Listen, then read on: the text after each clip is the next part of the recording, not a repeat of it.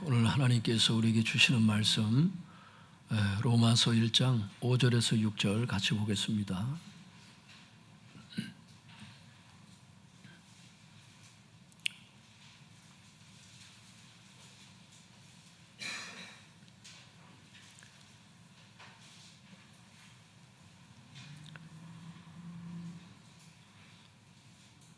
신약 239쪽에 있습니다.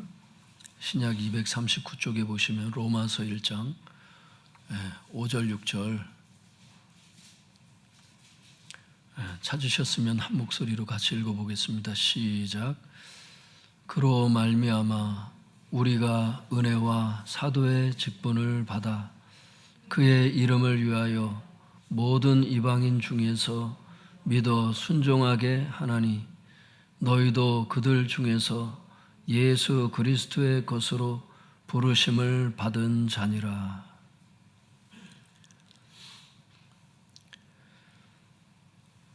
제목을 한번 따라해 보겠습니다. 바울이 분석한 복음. 바울이 분석한 복음. 지난 시간에 우리가 바울이 분석한 복음 첫 번째 시간으로 우리가 살펴봤었는데요. 오늘은 두 번째 시간 우리 살펴보도록 하겠습니다. 바울이 분석한 복음 첫 번째는 뭐였느냐 하면 복음의 기원은 하나님이시다. 복음은 인간이 시작한 것이 아니고 복음의 기원은 하나님이시다. 이것을 봤었고, 두 번째는 복음이 참이라는 증거는 성경이라는 것을 우리가 살펴봤습니다. 세 번째는 복음의 내용이 뭐냐? 예수님이시다.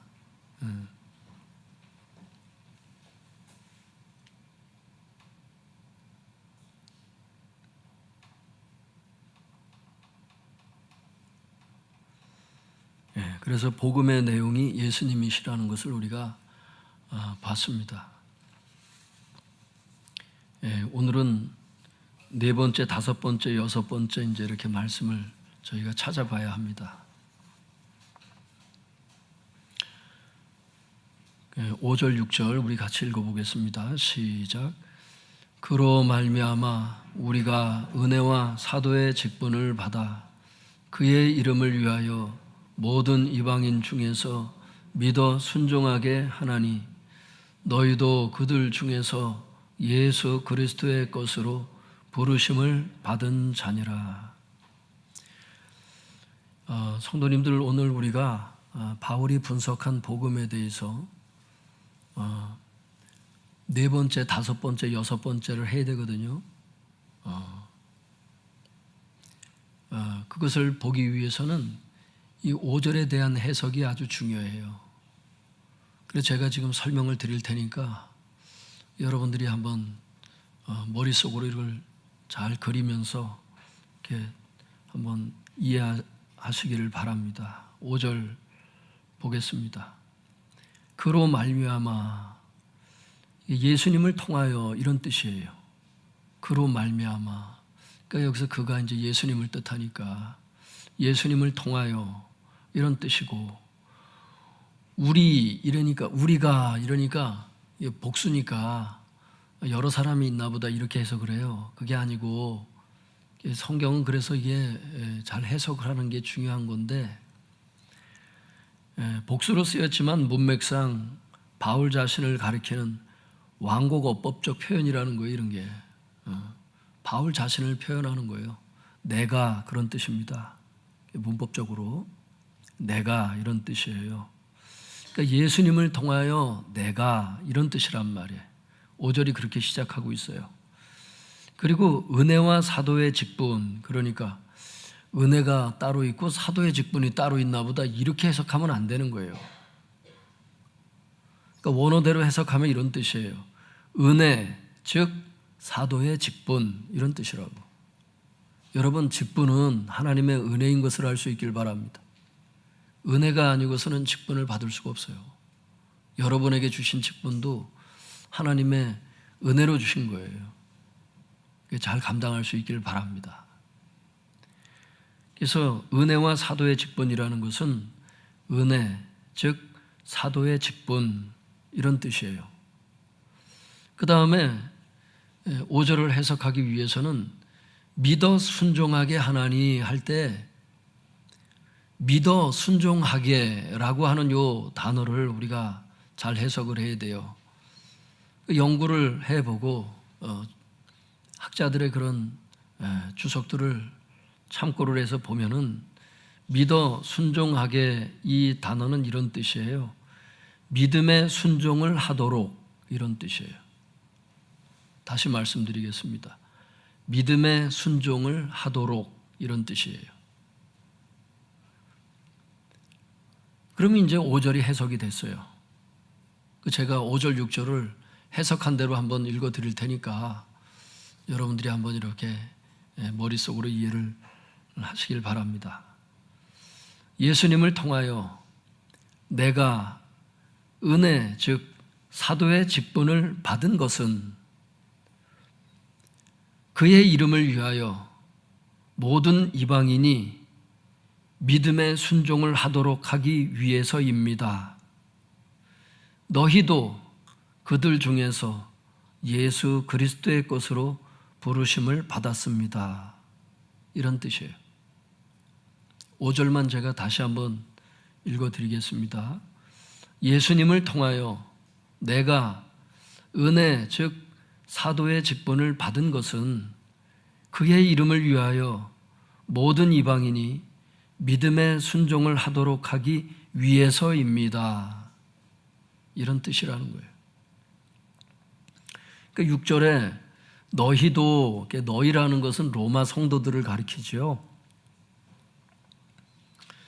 그러니까 너희 로마 성도님들도 그들 중에서, 그들이라는 것은 이방인을 뜻하니까 이방인 중에서 예수 그리스도의 것으로 부르심을 받았습니다. 그러니까 이 구절은 로마 성도들이 주로 이방인임을 암시하는, 그죠? 유대인이라고 한다면 이런 말을 못하지. 그래. 그러니까 앞에서 우리가 다 봤지만 역사적으로도 그게 맞단 말이에요, 지금.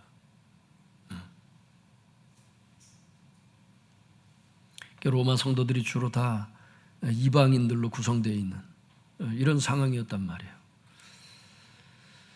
그러니까 우리가 이제 그 바울이 분석한 복음 네 번째를 우리가 하기 위해서 초점을 둬야 되는 게 뭐냐 하면 이 5절을 제가 지금 해석해 드렸잖아요. 근데 그 중에서 중요한 게 뭐냐 하면 모든 이방인이 거기에요. 첫 번째로 지금 우리가 중요하게 삼아야 되는 것이 모든 이방인, 이게 타겟이라는 거예요. 바울은 1절에서 자신이 복음을 전하는 사도임을 이미 밝혔죠. 우리가 앞에서 찾아봤지만 1절에서 자신이 복음을 전하는 사도라고 밝혔어요. 그런데 5절에서 복음의 대상이 누구라는 거예요?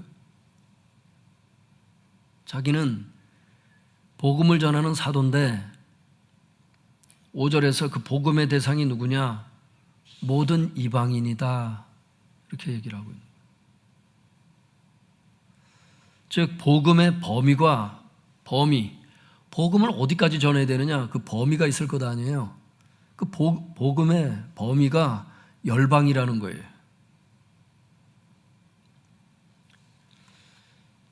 그러니까 어떤 사람들이 얘기하듯이 하나님은 제한된 속죄다.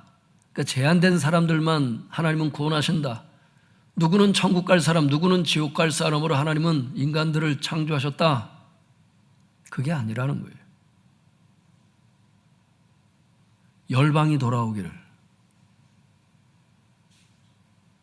복음의 대상이 모든 인간이라는 거예요.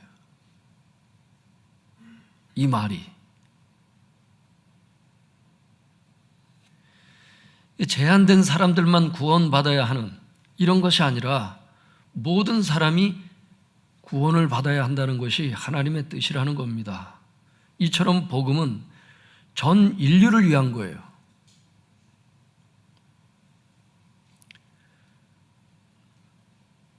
그래서 사랑하는 성도 여러분, 복음을 전할 때 인종과 민족과 부족과 사회적 계층에 대한 모든 편견을 내려놓고 인간에 대한 편견을 다 내려놔야 돼.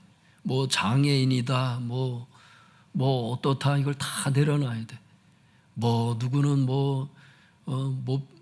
창녀다, 뭐 다 내려놔야 돼. 누구는 마약 중독자다, 다 내려놔야 돼. 복음을 전할 때 인종, 민족, 어떤 부족, 사회적 높낮이에 있는 모든 계층, 이런 모든 편견을 다 깨버리고 모든 인간에게, 모든 사람에게 복음을 전하시기 바랍니다. 왜냐하면 복음은 차별이 없다는 거예요. 모든 사람을 위한 것이라는 것입니다.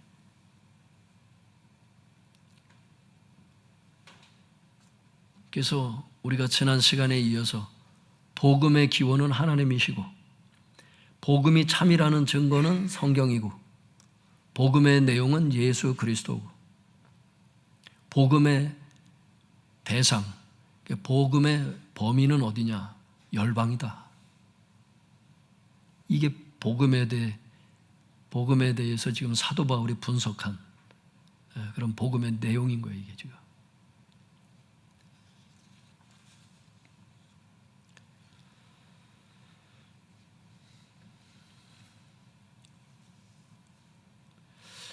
성도님들, 사람들을 대할 때 이렇게 많이 사람들을 우리가 이렇게 우리도 모르게 많이 나눠 놓는 것 같아요.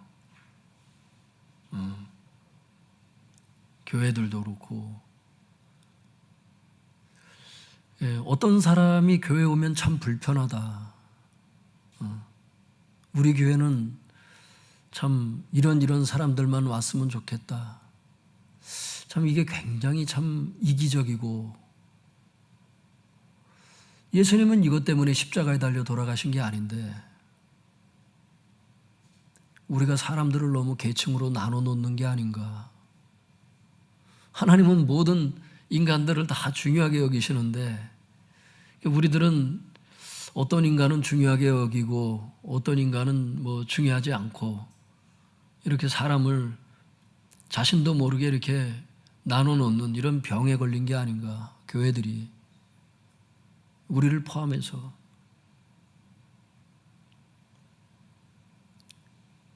그래서 어쩌면 복음을 전하지 못하는지도 몰라요. 저 사람은 복음을 전해도 안 될 거야. 저 사람은 복음을 전해도 불편해. 주님은 한 영혼을 찾으시고 주님은 전 인류가 대상이라고 말씀을 하시는데 모든 계층이라고 주님 말씀하시는데 초대교회 그 성도들이 참 훌륭한 것은 그 노예제도가 있었잖아요, 성도님들. 근데 노예들을 전도했잖아.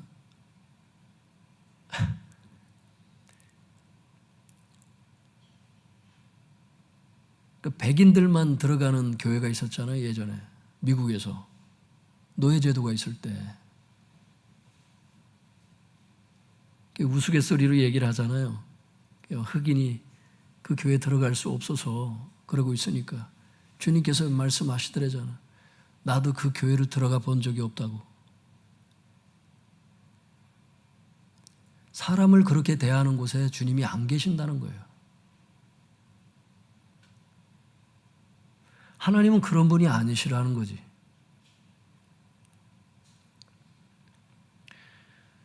우리가 복음을 알고 그 복음의 범위가 어디까지인지를 우리가 알게 된다면 사람을 계층화해서 나눠놓지는 않을 것이다. 성도들도 똑같이 대할 것이고 성도들을 사랑하게 될 것이고 모든 사람들에게 복음을 전하게 될 것이다. 내 남편은 안 될 것이다. 이러지는 않을 거예요. 내 남편도 복음의 대상이다. 우리 애들이 말을 듣진 않지만 그 아이들도 복음의 대상이다. 그걸 분명히 알고 그 영적 지식을 갖고 시작을 할 때 그 영적 지식 안에서 기도가 시작될 것이다. 그 사람의 그 믿음이. 믿습니까? 이단에 빠진 자들도 다른 종교를 믿는 사람들도 복음의 대상이 될 것이다. 왜? 모든 인간을 위한 것이기 때문에. 사람을 나눠놓지 말고 하나님께서 열어놓으실 때 그 누구라 할지라도 때를 얻든지 못 얻든지 복음을 전해야 되겠다. 그래서 영혼을 살려야겠다. 믿습니까? 어떤 신학자의 말대로 누구는 천국 갈 사람, 누구는 지옥 갈 사람, 설령 그게 맞다 한들 우리 눈으로 알아볼 수 있겠습니까? 누가 지옥 갈 사람인지? 그냥 전하세요. 똑똑한 척하지 말고. 믿습니까? 신학이 밥 먹여주는 게 아니더라고. 그런 신학이. 칼빈 신학을 알았으면 웨슬리 신학도 공부하고 알렘은 좀 제대로 알고, 하나만 공부한 사람이 아주 위험하다 그러잖아요. 신학을 공부하더라도 양쪽을 다 공부하시라고. 장로교와 감리교가 나눠졌을 때는 교리가 다르기 때문에 나눠진 거 아니겠냐고. 그럼 어떤 교리인지 좀 알아볼 필요 있잖아. 왜 장로교만 공부하냐고. 왜 감리교만 공부하냐고. 웨슬리 신학도 좀 공부하라는 거예요. 좀 똑같이 하려면, 신학이 밥 먹여주는 건 아니지만 신학을 하려면 균형 있게 하라는 뜻이에요. 어설프게 그냥 누구는 지옥 갈 사람, 누구는 천국 갈 사람 일어나가지고, 우리가 하나님이냐고. 그걸 어떻게 알아? 어떻게 분별해서 천국 갈 사람만 어떻게 전하냐고. 성경은 이것이 잘 될는지 저것이 잘 될는지 모르니까 아침에도 쉬지 말고 저녁에도 쉬지 말고 씨를 뿌리고 돌보러 하는 건데. 성도님들, 시야를 좀 열어놓고 오픈 마인드로 사람들도 볼 수 있는 사랑의 시선이 필요하다고 생각합니다. 믿습니까? 예. 사도 바울이 복음을 분석해 보니까 네 번째는 복음의 범위는 열방이라는 거예요. 모든 이방인 중에서 믿어 순종하게 하나니, 이렇게 얘기하는 거예요. 모든 이방인이라는 거예요. 유대인들만이 아니라는 거예요. 모든 이방인들, 열방, 모든 인류 전부 다라는 거예요. 성경이 이렇게 말씀하고 있다는 것에 우리가 주목을 해야 되는 거예요. 성경이 뭐라 말씀하시는지. 복음은 차별이 없습니다. 모든 사람을 위한 것이기 때문에. 이제 또 복음을 분석한 사도 바울이 분석한 복음 5번째를 봐야 되는데요. 제가 5절을 해석한 버전으로 다시 한번 제가 읽어드리고 설명을 계속해 드리도록 하겠습니다. 5절입니다. 예수님을 통하여 내가 은혜, 즉 사도의 직분을 받은 것은 그의 이름을 위하여 모든 이방인이 믿음에 순종을 하도록 하기 위해서입니다. 바울은 복음을 전하는 사도인데 그 목적이 뭐라고 지금 얘기하고 있느냐 하면 믿음에 순종을 하도록 하기 위해서입니다. 이렇게 얘기를 하고 있어요. 복음을 왜 전하느냐? 믿음에 순종을 하도록 하기 위해서입니다. 목적이 믿음의 순종에 있다는 거예요. 즉 복음의 목적이 믿음의 순종이라는 뜻이지요.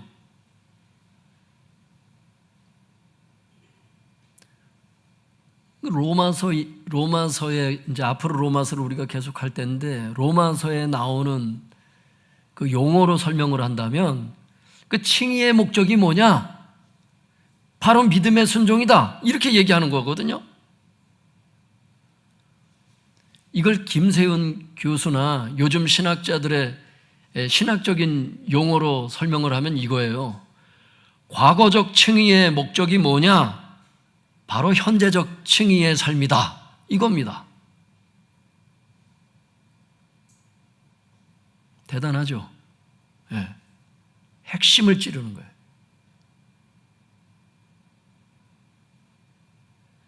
예수님께 칭의를 받고 우편 강도처럼 바로 죽으면 좋잖아요. 근데 하나님 그렇게 안 하잖아.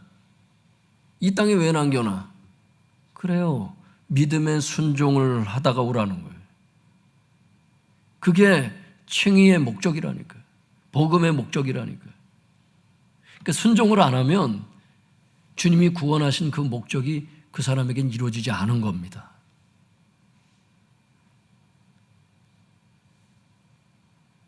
순종이 이렇게 중요해.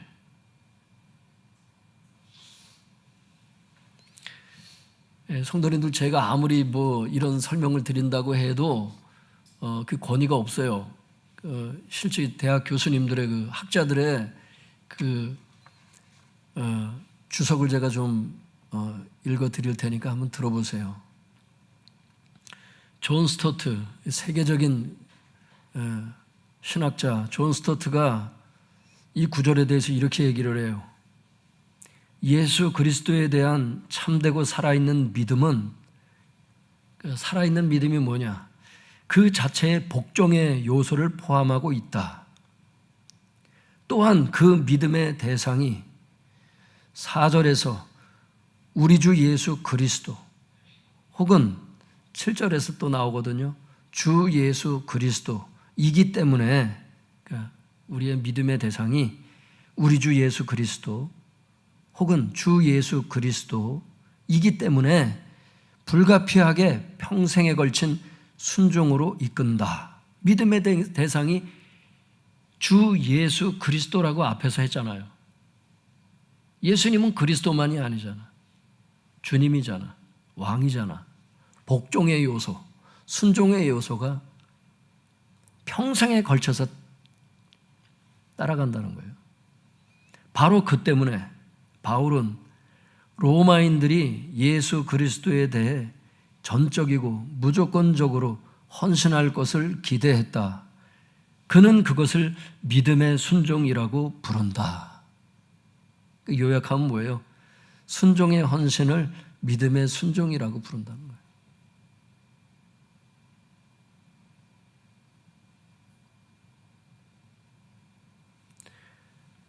이번에는 홍인규 교수님의 그 글을 좀 읽어드릴게요. 이 구절에 대해서.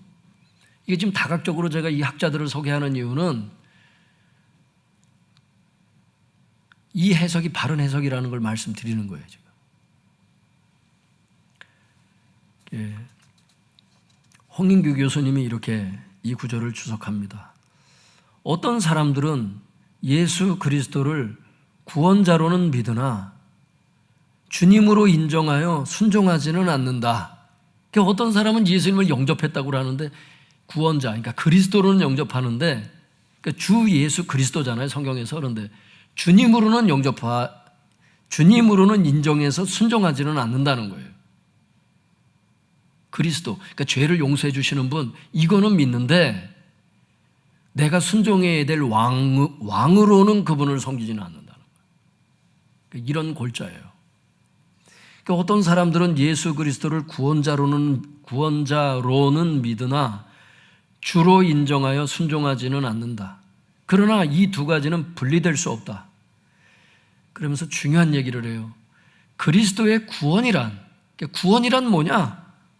단순히 죄를 용서하는 것만이 아니라 믿는 자를 죄와 사탄의 통치에서 구출하여 그리스도의 통치 아래로 이동시키는 것이다. 구원이 뭐냐? 단순히 죄 용서만 구원이 아니다. 물론 그것도 구원의 요소지.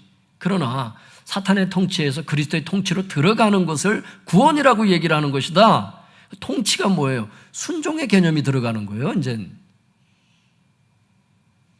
그러니까 온전히 예수님에 대한 그 구원이라는 걸 해석하기 위해서는 예수님을 그리스도로 영접해야 되겠지만, 죄 용서를 받기 위해 구원자니까. 또 한 가지는 뭐라는 거예요? 정말 내가 그분의 통치를 받고 순종해야 되는 주님으로 그분을 영접해야 된다는 거예요. 그게 진짜 온전한 구원이라는 거예요.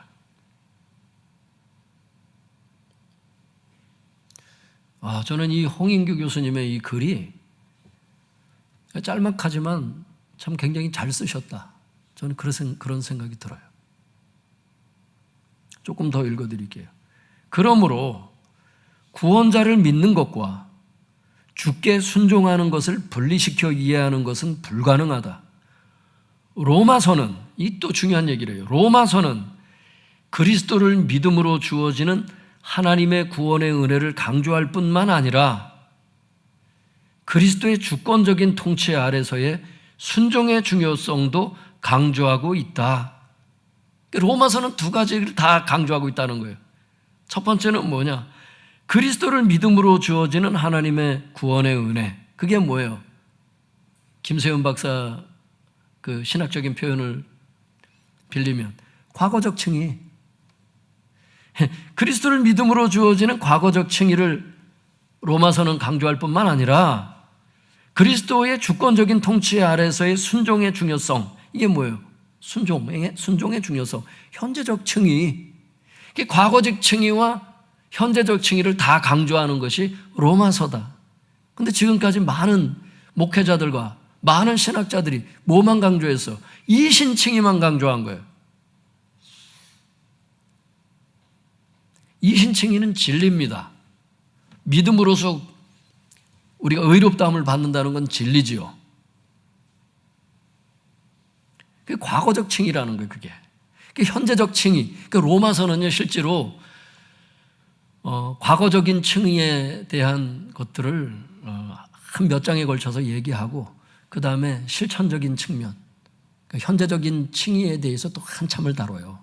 이게 온전한 구원에 대한 거를 요 세트를 다 다뤄. 그 다음에 앞에서 다 설명했지만 뭐예요? 화목에 대해서 이제 편지를 쓰고 끝내요. 근데 그동안 로마서를 어떻게 해석한 거야? 이신칭의만 강조를 한 거야. 그게 대단하긴 해요. 왜? 카톨릭에 행함으로써 구원을 받는 것처럼 얘기했던 그 카톨릭의 원자폭탄을 터뜨린 게 바로 이 루터가 이 로마서를 읽다가 이신칭의를 깨달은 거 아니에요? 그 믿음으로써 의롭다함을 받는다는 것으로 말미암아 1517년 종교개혁을 일으켜서 개신교가 이제 시작된 거 아니야. 종교사에 보면 대단하지. 근데 신학은 거기에서 머물지는 않았어. 더 발전했어요. 그래서 지금 이제 20세기 말에 와서는 많은 학자들이 이제 그것을 깨닫고 얘기를 하고, 이제 얼마 전에는 이제 한국에서 정말 세계적인 신학자가 나왔잖아요. 그 김세훈 박사. 그분이 이제 그런 책을 쓴 거예요. 과거적인 칭의, 그다음에 현재적인 칭의의 삶. 그런 사람들이 결국 궁극적인 칭의를 받게 된다. 이게 현대신학의 골자입니다. 그 로마서를 지금 이 홍인규 교수님도 똑같이 해석하고 있는 거예요. 존 스토트 보세요. 이런 사람들. WBC 목회자들이 제일 믿고 있는 주석 중에 하나. 그러나 또 많은 분들이 또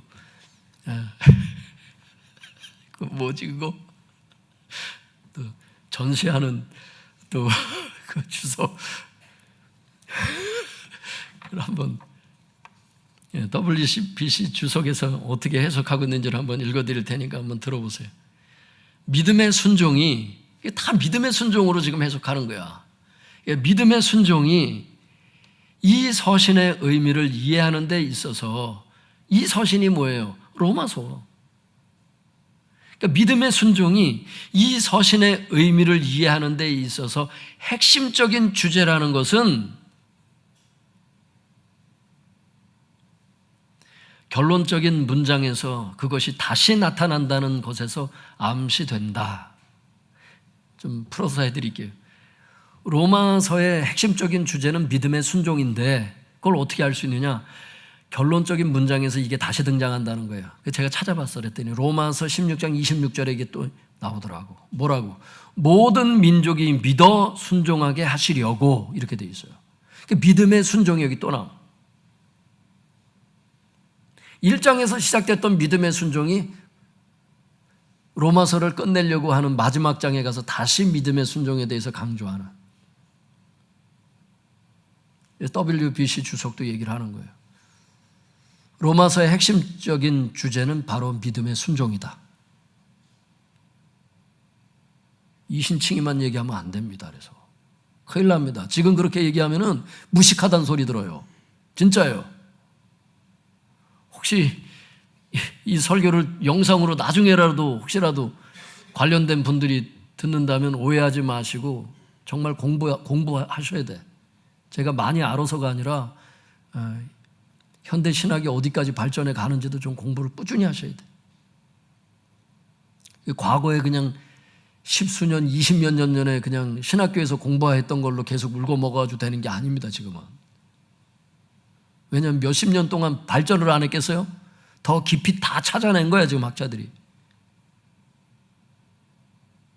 여러분들이 지금 듣고 있는 것이 이게 최신 신학이야, 지금.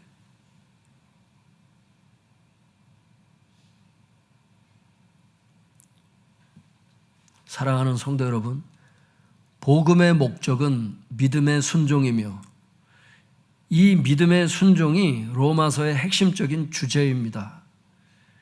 우리가 예수님을 구원자로 믿는다면 또한 예수님을 주님으로 믿고 예수님께 범사에 순종하시기 바랍니다. 그래서 복음의 목적을 이루시기 바랍니다. 여러분, 칭의의 목적을 이룰 수 있길 바랍니다. 믿음으로써 의롭다함을 받았어. 그 목적이 뭐라고? 믿음의 순종에 있다니까. 의롭다함을 주신 목적이 순종에 있어요. 순종하지 않으면 다 나가리야. 주님이 네가 의롭다함을 받았느냐? 열매를 내놓으라는 거야. 열매를 맺지 아니하 하는 나무마다 찍어 불에 들어간다는 게 무슨 뜻인지를, 이게 열매인 거야. 순종의 열매.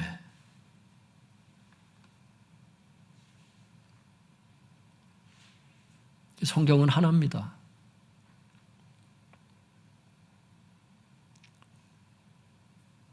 그 믿음과 순종을 해서 동전의 앞면과 뒷면과 같다잖아요.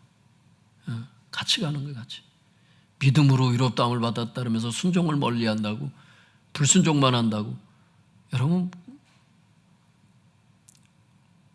김세윤 박사의 말에 의하면 그 사람은 궁극적인 구원을 얻었다고 볼 수가 없어. 이미.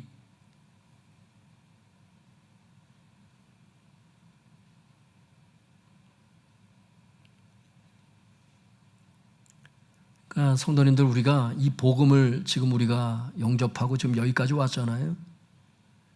삶의 이 방향을 잘 잡아야 돼. 이 말씀으로.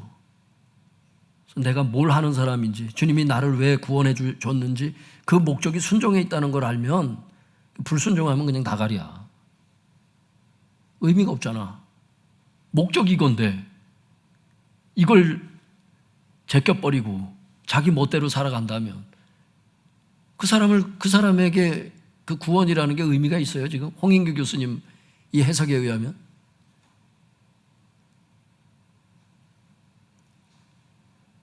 반드시 순종으로 나가야 된다. 믿습니까? 사랑하는 성도님들, 성도님들 가운데 하나님께서 크고 작은 어떤 여러분들의 믿음의 분량이 어디 있는지는 모르겠지만 저와 여러분이 어디까지 이르렀든지 주님께서 여러분에게 어떤 걸 요구하시는 바가 있어요. 또 성경에 기록된 것을 여러분들에게 깨닫게 해서 어떤 건 죄고 어떤 건 의고, 그래서 의의 길로 가야 되냐 죄의 길로 가야 되냐 여러분이 알고 있는 이 영적 지식들이 있습니다. 하나님께서 나에게 뭘 원하시는지를 여러분들이 알고 있는 것들이 있어요. 순종의 길로 걸어갈 수 있길 바랍니다. 그래서 복음의 목적을 이룰 수 있길 바랍니다. 그렇게 안 하면 어떻게 하느냐? 그럼 이제 하나님이 여러 가지를 쓰실 거예요, 아마. 불순종을 이제 하나님이 기회를 계속 주시는데 불순종을 한다. 그럼 하나님께서 때로는 자꾸 설득도 하실 거예요. 그런데 하다 안 됐을 때 하나님께서 징계 채찍을 드시기도 합니다. 사생자가 아니란 뜻이죠, 성경에.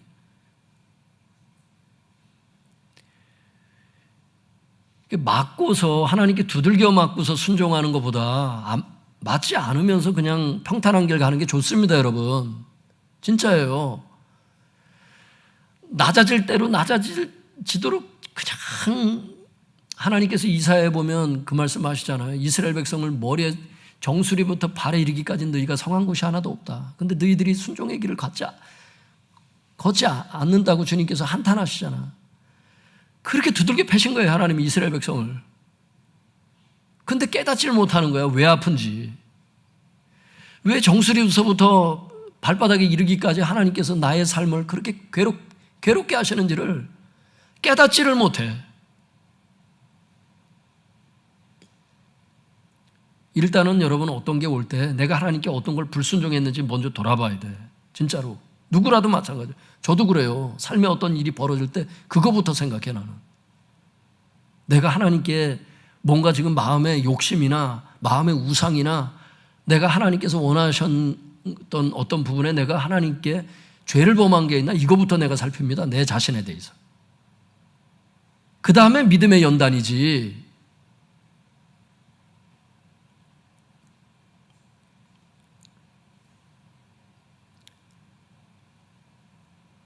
모든 것들이 다 뭐 내 죄 때문에 왔다 이렇게 볼 수는 없는데 많은 경우가 그래요, 여러분. 그 순서를 한번 잘 보세요. 나의 죄를 먼저 돌아보고 그 다음에 믿음의 연단이라면 그냥 인내하면 되는 거예요. 그거는 믿음의 연단이라는 거는 믿음과 인내로서 뚫고 나가면 돼. 그냥 시간이 가면 그건 해결이 되는데 하나님께 징계로 맞는 두들겨 맞으면 그 죄를 회개하기까지는 그게 안 걷어지거든.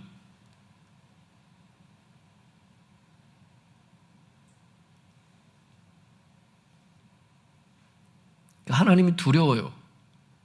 하나님은 여러분 두려운 분이십니다. 비록 하나님은 아브라함에게 너는 나의 벗이라 나의 친구라고 이렇게 말씀하시면서 제자들에게 친구라고 말씀해 주셨지만은 요한복음 15장에서도 근데 여러분 하나님을 정말 공경하고 두려워할 줄 알아야 돼요. 하나님께서 싫어하시는 것을 자꾸 했을 때 얼마나 두려운 일들이 삶에 벌어지는지를 우리는 상상조차 하기로 어려워. 심한 경우는 하나님께서 목숨을 데려가셔 그냥. 아무리 건강검진 자주 해도 필요 없어. 내가 본 건 그겁니다, 여러분. 제가 교회 생활하면서 깨달은 바는.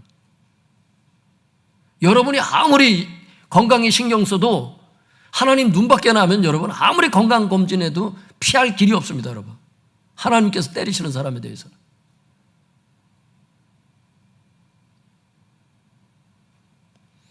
하나님 안에 생명이 있어요. 믿습니까? 하나님 안에서 여러분 부귀가 있어요. 믿습니까? 그분께 잘해야 돼, 진짜. 나를 낳아준 부모님께 우리가 효도하고 공경을 하듯이 하나님은 더 공경을 해야 돼. 영의 아버지이기 때문에. 부모님을 공경하는 것보다도 더 못하게 하나님을 섬기면 여러분 그거는 안 돼요. 부모님한테도 하지 말아야 될 짓들이잖아. 근데 하나님을 그냥 너무 가볍게 여기고 그냥 함부로 이렇게 대하고 뻔히 내가 해야 될 길을 제시하시고 가르쳐 주셨음에도 불구하고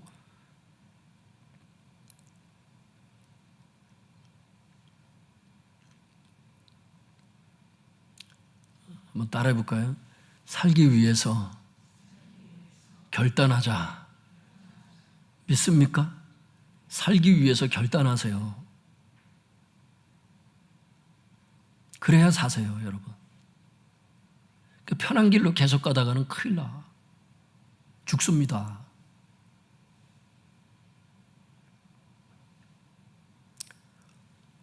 그래서 성도님들 5번째 사도 바울이 분석한 복음의 그 목적은 믿음의 순종이라는 것을 우리가 보았습니다.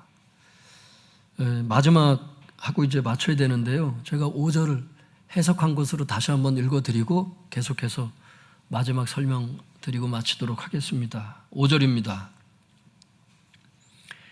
예수님을 통하여 내가 은혜, 즉 사도의 직분을 받은 것은 그의 이름을 위하여 모든 이방인이 믿음의 순종을 하도록 하기 위해서입니다. 이렇게 이제 해석이 되거든요. 여기에 보면 바울은 왜 모든 이방인이 믿음의 순종에 이르기를 바랬는가? 그게 여기 나와요. 뭐 때문에 믿음의 순종을 지금 바라고 있죠? 모든 이방인이 믿음의 순종에 이르기를 지금 바라고 있는 거예요. 그의 이름을 위하여, 이렇게 성경은 말씀하고 있어요. 즉 예수님의 이름을 위하여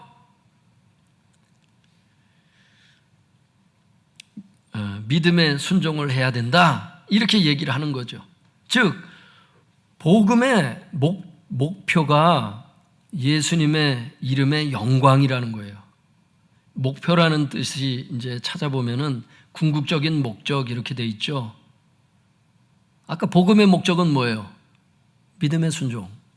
그러면 믿음의 목표, 다시 말해서 복음의 궁극적인 목적, 그건 뭐냐? 예수님의 이름의 영광. 그러니까 믿음의 순종을 누구 때문에 하는 거예요? 예수님의 이름의 영광 때문에 믿음의 순종도 하는 거야.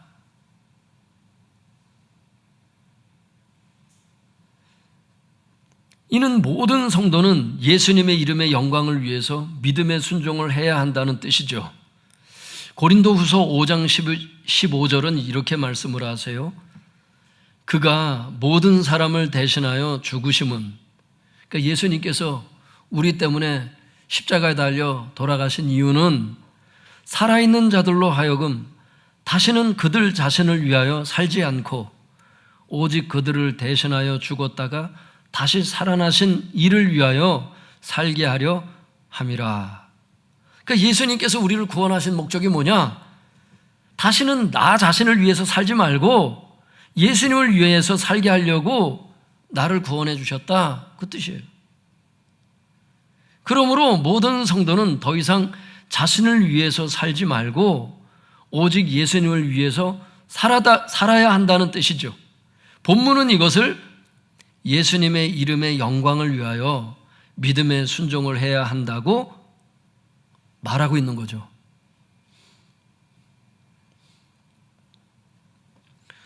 사랑하는 성도 여러분, 예수님을 믿는다고 말하면서 자신의 명예와 이익을 위해 사는 것은 주님께 반역하는 것입니다.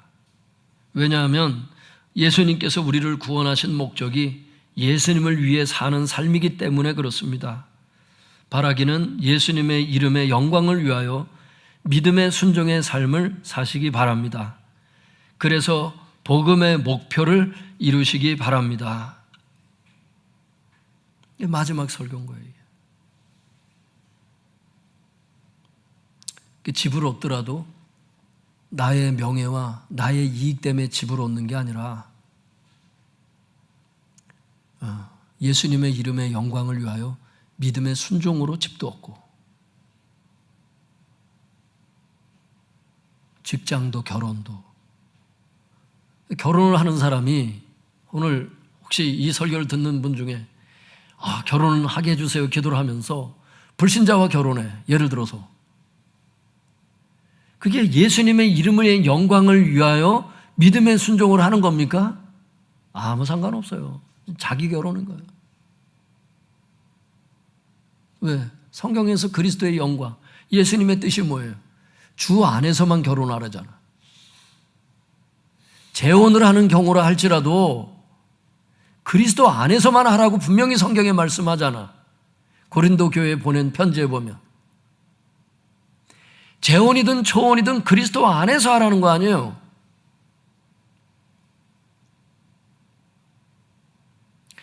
불순종함으로 말미암아 스스로 사망의 음침한 골짜기를 찾아 들어가는 이런 사람들이 지금도 많아요. 여러분, 결혼이든 직장이든 이사든 뭘 하여튼 무엇이든 살든지 죽든지 그리스도의 영광을 위해서 믿음의 순종을 해갈 수 있길 바랍니다. 이 사도 바울이 분석한 복음이에요, 이게.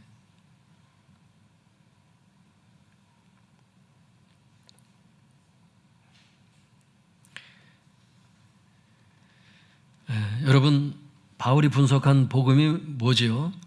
첫 번째, 복음의 기원은 하나님이 시작하셨고, 두 번째, 복음이 참이라는 증거는 성경이며, 세 번째, 복음의 내용은 예수님이시고, 네 번째, 복음의 범위는 열방이고, 다섯 번째, 복음의 목적은 믿음의 순종에 있고, 여섯 번째, 복음의 궁극적인 목적은 예수님의 이름의 영광에 있다는 거예요. 여러분, 이것이 복음인 것을 알 수 있길 바랍니다. 기도하겠습니다.